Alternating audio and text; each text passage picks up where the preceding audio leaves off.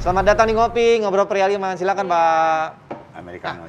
Terus satu lagi tadi gimana? Kayaknya kurang tuh Pak Ustadz. Ya. Satu lagi kurang tuh. Ya dari yang keempat pertimbangannya kata Nabi lidiniha.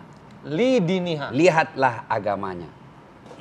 Jadi pertama tadi kan terstrukturkan, lihatlah kecantikannya, Ya. keturunannya, kekayaannya, agamanya. Agama nomor 4. Dikomplain saya sama anak muda. Ustaz, kenapa Nana agama nomor 4? Mestinya dia nomor 1 toh? Ya, saya bilang betul pada hadis itu agama nomor 4. Tapi dia tidak titik sampai di situ. Dia koma. Ibaratnya kalau menulis koma, kasih stabilo, kasih bol, cetak miring, lalu ditegaskan, penegasan. Utamakan agamanya karena dengan agama kau akan mendapat semuanya.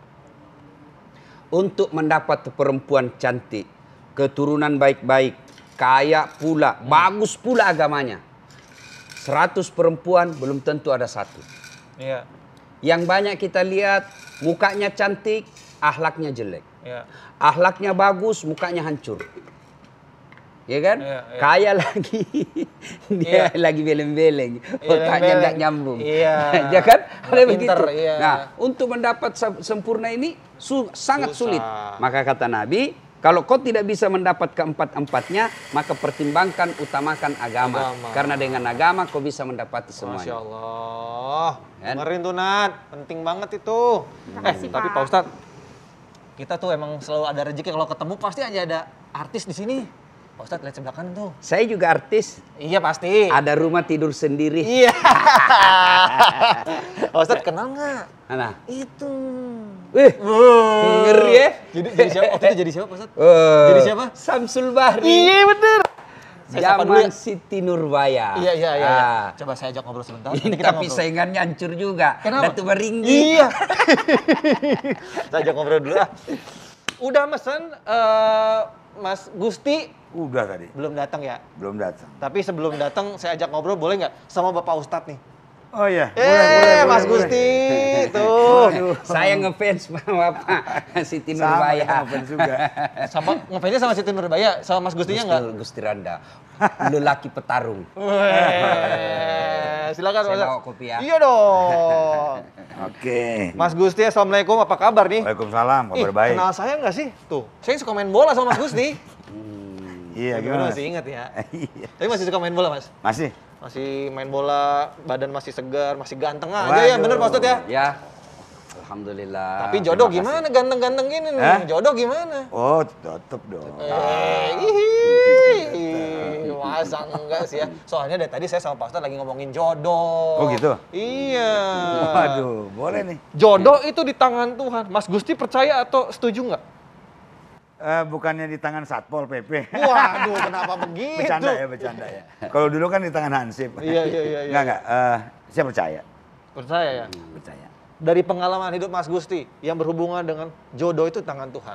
Waduh. Saya sangat yakin dulu Playboy cap kupu-kupu. Banyak betul. Seleb kan cakep, terkenal ya. Iya. Banyak pasti perempuan yang mau. Iya. Tapi pada akhirnya hanya satu jodohnya. Betul. Itu benar. Nah, kalau Mas Gusti gimana ceritanya? Waduh, ini kita ngomong nih. Iya dong. Dulu kalau nggak salah muda banget nih. Iya. Ya waktu masih muda tentu kan banyak itu ya, banyak temen lah. Ya temen yang deket, setengah deket banget gitu. Tapi ini semua perempuan. Banyak lah. Tapi satu pun nggak ada yang jadi istri kan. Satu pun nggak jadi istri. Nah, begitu udah masuk kepala 3 saya Pak. Ustaz, udah kepala 3, mungkin udah capek juga kan. Iya, mulai. Ya udah capek juga, pengen yang serius. Padahal kita juga punya teman dekat itu yang deket banget itu udah tahun-tahunan gitu. Saya begitu ketemu dengan yang jadi istri sekarang itu cuman relatif bulanan, cuman 6 bulan gitu. 6 bulan. Nikah. Ya nikah akhirnya gitu. Jadi bisa begitu. Bisa begitu ya Pak Ustadz ya. Berpetualang kayak kasarnya pacaran dalam Islam 13 ada pacaran. Iya, maksudnya Dalam dekat-dekat Islam sama perempuan 13 tahun. Tapi kalau emang bukan jodohnya nggak akan nyambung Pak Ustadz. Ya. Iya kan? Jadi Islam itu tidak mengenal pacaran. Meskipun anak-anak milenial katakan, kan pacaran syar'i, pret. Mana ada pacaran syar'i? Tidak ada lah. Pacaran syar'i gimana? Tidak ada.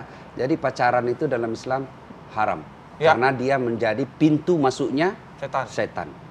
Ya, pacaran, bawa-bawa ke sana kemari, traktir ini, pasti setan paling sibuk di situ. Maka kalau sudah tahu bahwa ini betul cocok buat saya, sudah masuk kriteria yang kita bahas tadi, dan yakin, sudah datangi dia, lamar. Ya saya begitu. Oh gitu ya? Mas Gusti, Iya. saya ketemu bukan istri saya, ketemu ibunya hari Ahad dalam sebuah pengajian, Jumat saya sudah melamar. 5 hari, Cuma 5 hari. langsung. Tidak pernah lihat fotonya, tidak pernah video, pokoknya tidak pernah ketemu. Nanti setelah saya ijab kabul, baru saya ketemu secara fisik. Masya Allah, bisa begitu Ya, ya? jodoh. Sampai Itu sekarang jodoh. masih langgeng Iya, aja. waktu saya masih kan 7 tahun cari jodoh. Sebab saya kan pendek, saya cari yang tinggi. Saya kan jelek, saya cari yang cantik. Memperbaiki keturunan. Keturunan. Boleh, Maka kan? pernahlah suatu ketika saya jalan-jalan dengan kawan saya, tiba-tiba lihat perempuan tinggi, putih, cantik, besi. Saya bilang sama teman saya, wih, bagus betul ini, memperbaiki keturunan. Dia dengar rupanya, dia balik. Ya, kau rusak keturunanku. Iya, makanya saya harus ngaca juga ya Pak Ustadz ya. Tapi kalau berdasarkan pengalaman dari Mas Gusti gitu, udah temenan sama banyak, mencari gitu segala macam. Terus Pak Ustadz tadi bilang, kalau emang udah yakin dia jodoh, udah langsung nikahin. Lamar dulu. Nah, pertanyaannya Pak Ustadz, bagaimana kita bisa tahu bahwa dialah jodoh kita? Ya, ketika sudah menikah, kan jelas jodohnya. Enggak, sebelum menikah Pak Ustadz. Ya, Sebelum menikah. ya, makanya ada target apa prioritasnya. Kita cari perempuan yang bagaimana prioritasnya. Waktu itu saya dulu carilah yang cantik dan enggak ketemu-ketemu, sangat sulit. Ada yang cantik, tapi akhlaknya tidak bagus. Ada lagi anak orang kaya, aduh mukanya lagi hancur. Kan untuk mendapat, ya wajar lah kita cari yang sempurna. Dialah cantik, keturunan baik-baik, hafal Quran, ya wajar. Tapi belum tentu bisa dapat selera seperti itu. Maka diprioritaskan adalah agama. Dan lihat agama dulu. Kalau sudah tahu targetnya, saya mau cari yang perempuan. Akhirnya setelah lama cari, tidak ketemu. Saya memperbaiki niat. Akhirnya niat saya, ya Allah, saya cari penghafal Quran. Penghafal Quran. Setelah balik niat, tidak lama ketemu. Jadi orang laki-laki kan macam-macam, dia artinya apa yang diprioritaskan. Mungkin dia memang tipenya dia senang perempuan yang cantik, meskipun mungkin kecerdasannya bawa standar, ya macam-macam. Kembali kepada selera masing-masing. Nah, meskipun demikian agama punya payung untuk jadi jodohmu itu yang tadi 4 kita bahas, cantik, keturunan baik, orang kaya dan bagus agamanya. Iya. Nah, kalau Mas Gusti, kalau nggak salah waktu itu muda banget ya, Mas Gusti, jodohnya? Iya.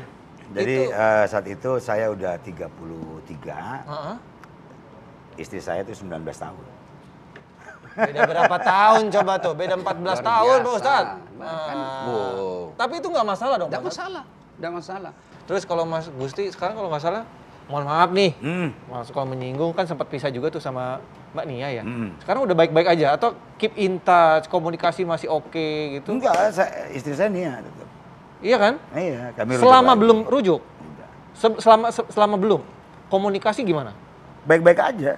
Oh, berarti Baik-baik, emang karena pisahnya kan baik-baik aja. Saat itu ya Pak Ustadz ya kan kita punya anak cukup banyak. Anak kita 4. Jadi ya tentu dalam perkawinan ya Biasa pasti ada ibarat ombak. kapal. Roller coaster. Iya. Ya, pasti ada ombak. Ada ombak. Kapalnya Datuk Maringgi. Iya, benar. Ya terus karena juga masih muda, Ya. jadi mengambil keputusan mungkin dengan emosional gitu kan. Iya. Nah lalu setelah kejadian tentu masing-masing kan berpikir belum tentu yang akan datang kan lebih baik daripada yang kayak gitu-gitu kan. Ya. Dan akhirnya udah kita kembali lagi. Ya, bahasa kita di Indonesia pisah ranjang. Ya, pisah ranjang. Ya. Nah, setelah itu pisah, kalau bahasa agama dikembalikan ke rumah orang tuanya. Ya, saya misal tidak senang dengan kelakuan istri saya. Saya sudah nasihati. Dari kalimat lembut naik menjadi agak keras.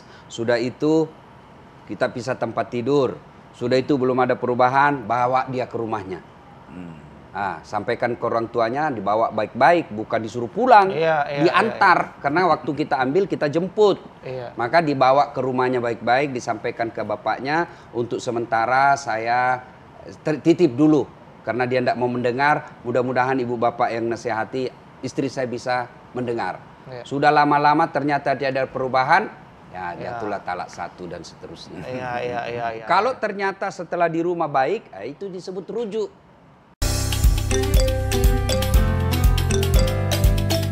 Ta'aruf itu mengenal lebih dalam. Ya, caranya bukan dengan membawanya jalan ke sana kemari berbulan-bulan.